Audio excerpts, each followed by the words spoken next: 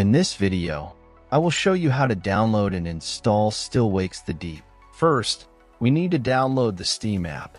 Open your Google Chrome and search for store.steampowered.com. Link in description. Click on the Install Steam button on this page. Once you've done that, at the top right corner of your screen, click on the .exe file and open it.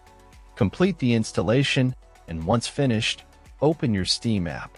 In search bar type Still Wakes the Deep and drop down you will see the game. If not, check video in description. If you see the game in drop down, click on the game. Now click on Add to Cart button beside original game. In new pop-up, click on View My Cart. Now click on blue Continue to Payment button. In payment methods, select your preferred payment method and proceed. After you're done with payment, next steps I will show with game I already own.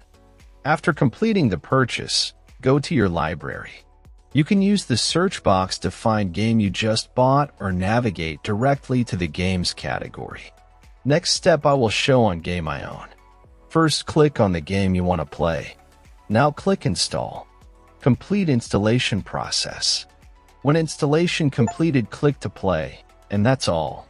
Thanks for watching. Subscribe and help reach 1,000 subscribers mark so I can make more tutorials.